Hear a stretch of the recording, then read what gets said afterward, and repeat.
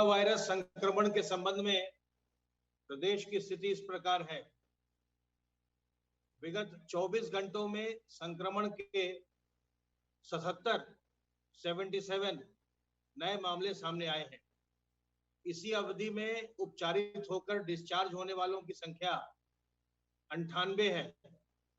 इस प्रकार 30 अप्रैल के बाद से निरंतर एक्टिव इन्फेक्शन के केसेस की संख्या में कमी हो रही है। इस समय प्रदेश में एक्टिव इन्फेक्शन के केसेस की कुल संख्या 1399 है और अब तक कुल मिलाकर 16,83,551 व्यक्ति संक्रमण मुक्त हो चुके हैं और स्वस्थ हो चुके हैं। प्रदेश में रिकवरी का प्रतिशत 98.6% चल रहा है। विगत 24 घंटों में पोर्टल पर कोविड संक्रमित व्यक्तियों में से एक व्यक्ति की मृत्यु दर्ज की गई है।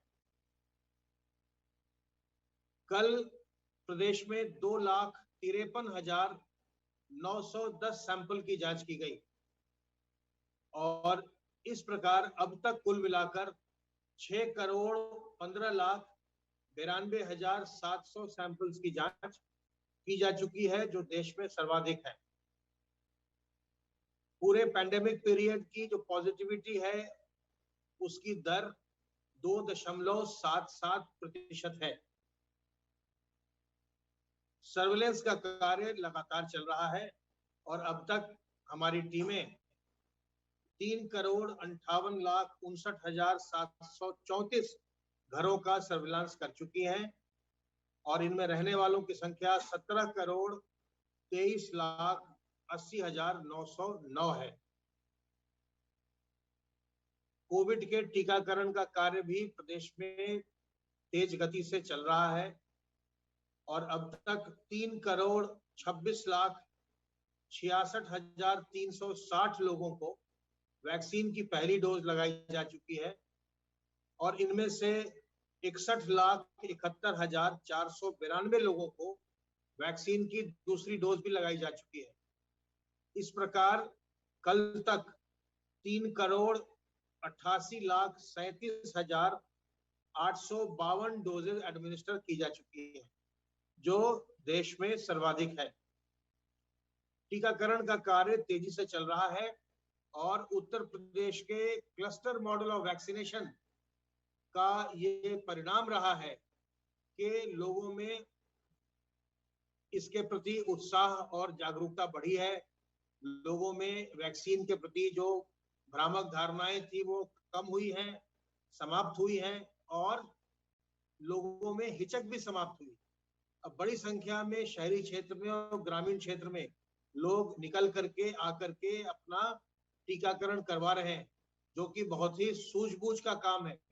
आपका भी जब नंबर आए अपना टीकाकरण जरूर करवाइए और जब आप टीकाकरण करवाएं तो इस बात का ध्यान रखिएगा कि टीके की दोनों डोज जरूर लीजिएगा।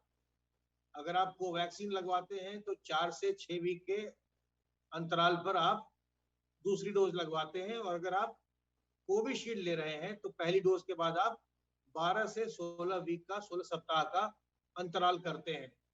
दोनों डोज लेने से ही आपको पूरी सुरक्षा प्राप्त होती है। टीकाकरण करवाने के पश्चात भी और ये ध्यान में रखते हुए कि संक्रमण अभी मौजूद है, समाप्त नहीं हुआ है, सावधानी लगातार बरतते रहिए। और आप अखबारों में पढ़ते होंगे, आप सुन रहे होंगे कि कई राज्यों में अभी भी बहुत बड़ी संख्या में कोविड के केसेस आ रहे हैं। कई देशों में बहुत ज्यादा संख्या में कोविड के केसेस आ रहे हैं। तो ऐसे में बहुत आवश्यक है कि हम सावधान रह करके, सतर्क रह के हम कोविड के संक्रमण से बचें और दूसरों को भी बचाएं। और विशेष ध्यान रखिए घर के बड़े बुजुर्गों का, गर्भवती महिलाओं का, छोटे बच्चों का और पहले से बीमार और कमजोर व्यक्तियों का। हाँ, और जो टीकाकरण है अब वो सभी लोगों के लिए, ये 18 साल से ऊपर वाले लगभग सभी लोगों के लिए इसे अलाउ कर दिया गया है।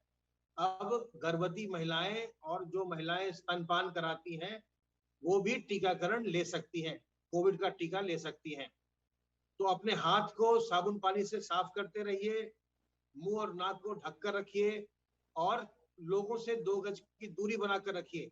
इन सावधानियों को बरतकर आप संक्रमण से बचे रह सकते हैं और संक्रमण की श्रृंखला को तोड़ सकते हैं। सावधान रहिए, सतर्क रहिए। किसी प्रकार की दुविधा हो, हमारे हेल्पलाइन नंबर 1800 180 51 45 पर फोन करिए।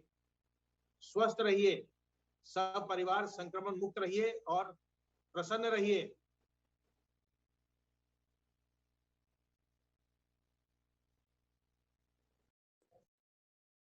धन्यवाद अमित जी।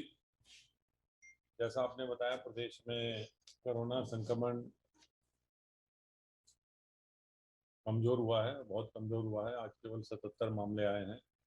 मैं ये बताना चाहूँगा कि माननीय मुख्यमंत्री जी के नेतृत्व में, मार्गदर्शन में और उनके स्वयं के निरीक्षणों के उपरांत जो नीति उत्तर प्रदेश सरकार द्वारा, जो मॉडल उत्तर प्रदेश सरकार द्वारा जो लागू किया गया है, जिसमें कि 3T का फार्मूला, ट्रेस, टेस्ट और ट्रीट के साथ साथ जो निगरानी समितियों के माध्यम से ट्रेस कराया जा रहा है।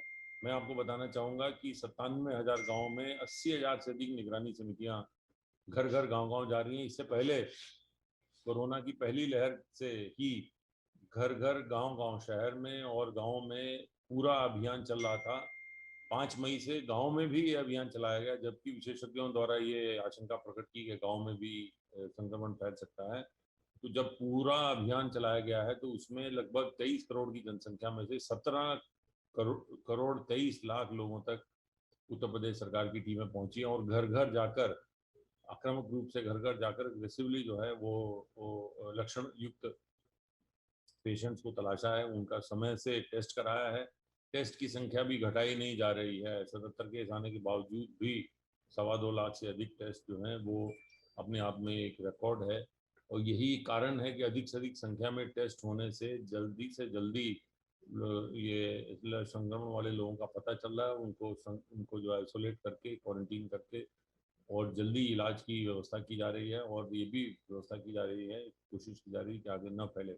इसके साथ साथ जो ट्रीटमेंट के लिए न केवल जो वर्तमान में बल्कि भविष्य में भी तीसरी लहर की तैयारी के लिए भी समुचित व्यवस्थाएं की जा रही हैं। 6,000 से अधिक जो है वो पीकू बेड का निर्माण किया जा चुका है।